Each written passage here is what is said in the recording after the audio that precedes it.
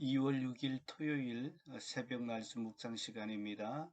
오늘 이 시간을 통해서 또 하나님의 임재와 하나님의 사랑이 우리에게 부어지기를 축복합니다. 기도하겠습니다. 하나님, 이 새벽을 주님과 함께 열게 하시니 감사합니다. 오늘도 주님의 사랑을 부어주셔서 주님의 그 풍성한 사랑을 또 주님의 사랑을 알지 못하는 이들에게 보여줄 수 있게 하여 주시고 하나님, 당신의 도구로 사용하여 주셔서 정말 하나님의 사랑이 얼마나 좋은지를 저희들을 통해서 나타내 보이시옵소서. 예수님의 이름으로 기도하옵나이다. 아멘. 요한일서 4장 7절에서 12절 말씀입니다. 사랑하는 여러분, 서로 사랑합시다. 사랑은 하나님에게서 난 것입니다.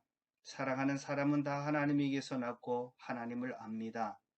사랑하지 않는 사람은 하나님을 알지 못합니다. 하나님은 사랑이시기 때문입니다. 하나님의 사랑이 우리에게 이렇게 드러났으니 곧 하나님이 자기 외아들을 세상에 보내주셔서 우리로 하여금 그로 말미암아 살게 해주신 것입니다.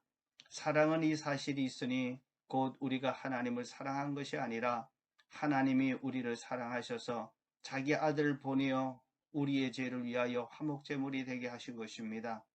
사랑하는 여러분, 하나님께서 이렇게까지 우리를 사랑하셨으니 우리도 서로 사랑해야 합니다. 지금까지 하나님을 본 사람은 없습니다. 그러나 우리가 서로 사랑하면 하나님이 우리 가운데 계시고 또 하나님의 사랑이 우리 가운데서 완성된 것입니다. 아멘. 사도 바울은 사랑에 대해서 이렇게 얘기합니다.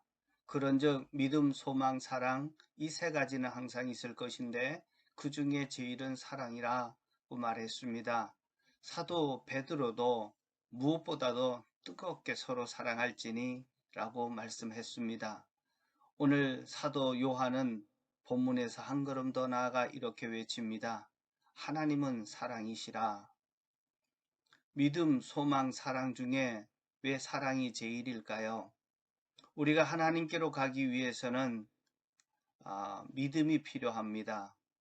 우리가 미래를 위해서는 소망이 필요합니다. 믿음과 소망은 하나님과 미래로 가는데 필요한 수단입니다. 그러나 사랑은 우리가 도달해야 될 목적입니다. 사랑에 도달하기 위해서는 믿음이 필요하고 사랑에 도달하기 위해서는 소망이 필요합니다. 사랑은 수단이 아니라 목적이기에 그 어떤 것보다도 우선하고 중요합니다. 만일 성경이 말하는 하나님처럼 사랑한다면 그 사람은 모든 것을 다 성취한 사람일 것입니다. 비록 가난하게 살아도 몸이 아파도 하나님의 사랑을 한다면 그 사람은 모든 것을 얻은 사람입니다. 혹시 주변 사람들이 몰라준다 해도 하나님의 사랑을 할 수 있다면 그는 세상의 모든 것보다 더 큰 것을 가진 사람입니다. 하나님의 사랑은 어떤 사랑일까요? 오늘 성경은 서로 사랑이라고 말합니다. 요한일서 4장 7절 8절에 보면 사랑하는 여러분 서로 사랑합시다. 사랑은 하나님께로부터 오는 것입니다. 사랑하는 사람은 다 하나님에게서 났고 하나님을 압니다. 사랑하지 않는 사람은 하나님을 알지 못합니다. 라고 말합니다. 서로 사랑하면 하나님께 난 사람이고 하나님을 아는 사람입니다. 서로 사랑하지 않으면 하나님을 모르는 사람입니다. 왜냐하면 하나님은 사랑이기 때문입니다. 하나님의 사랑이 어떻게 우리에게 알려졌을까요? 9절에 보면 하나님의 사랑이 우리에게 이렇게 드러났으니 곧 하나님께서 당신의 독생자를 세상에 보내주셔서 우리로 말미암아 살게 해주신 것입니다. 라고 말합니다. 예수님이 이 세상에 오셔서 하나님의 사랑으로 우리를 그대로 사랑해 주셨기에 우리는 그 사랑을 알게 되고 체험하게 되었습니다.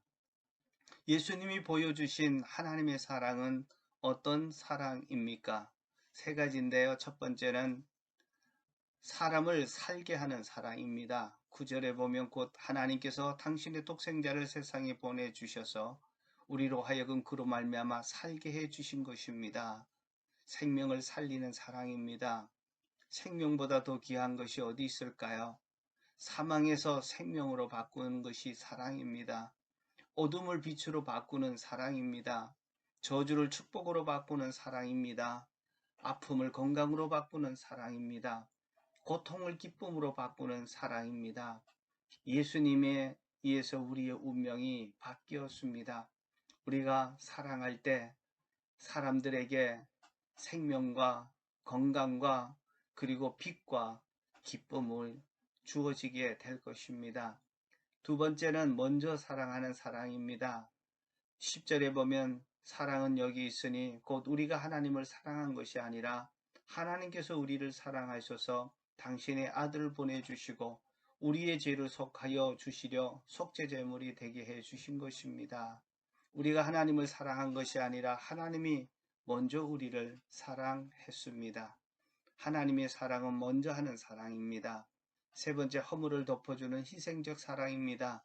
10절 하반절에 당신의 아들을 보내주시고 우리의 죄를 속하여 주시려 속죄제물이 되게 해 주신 것입니다. 우리 죄를 해결하기 위해 자신의 가장 소중한 목숨을 기꺼이 주시고 십자가에 죽으셨습니다. 나를 살려서 사람 되게 하시는 사랑이 하나님의 사랑입니다. 내가 사랑하기 전에 먼저 사랑한 것이 하나님의 사랑입니다. 내 허물을 덮기 위해 기꺼이 자신의 가장 소중한 목숨까지 내어준 희생적인 사랑입니다. 이 하나님의 사랑을 우리가 받았습니다. 하나님이 우리를 이렇게 사랑했다면 우리는 어떻게 해야 할까요? 11절에 우리는 서로 사랑해야 한다고 말합니다. 사랑하는 여러분, 하나님께서 이렇게까지 우리를 사랑하셨으니 우리도 서로 사랑해야 합니다.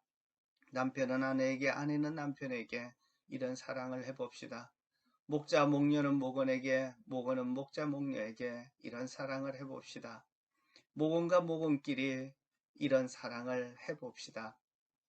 또 우리가 서로 사랑할 때 어떤 축복이 있을까요? 12절에 보면 두 가지 축복을 얘기합니다. 지금까지 하나님을 본 사람은 없습니다. 그러나 우리가 서로 사랑하면 하나님께서 우리 가운데 계시고 또 하나님의 사랑이 우리 가운데서 완성되는 것입니다. 두 가지 축복, 첫 번째는 하나님이 우리 가운데 계십니다. 서로 사랑하는 그곳에 하나님이 임재하십니다. 하나님이 머무십니다.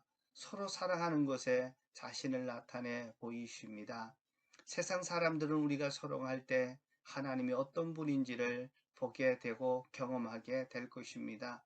둘째, 하나님의 사랑이 우리 가운데 완성됩니다. 서로 사랑하기까지는 하나님의 사랑은 아직 미완성입니다. 우리가 서로 사랑할 때 하나님의 사랑이 완성됩니다. 왜냐하면 사랑은 혼자 하는 것이 아니기 때문입니다.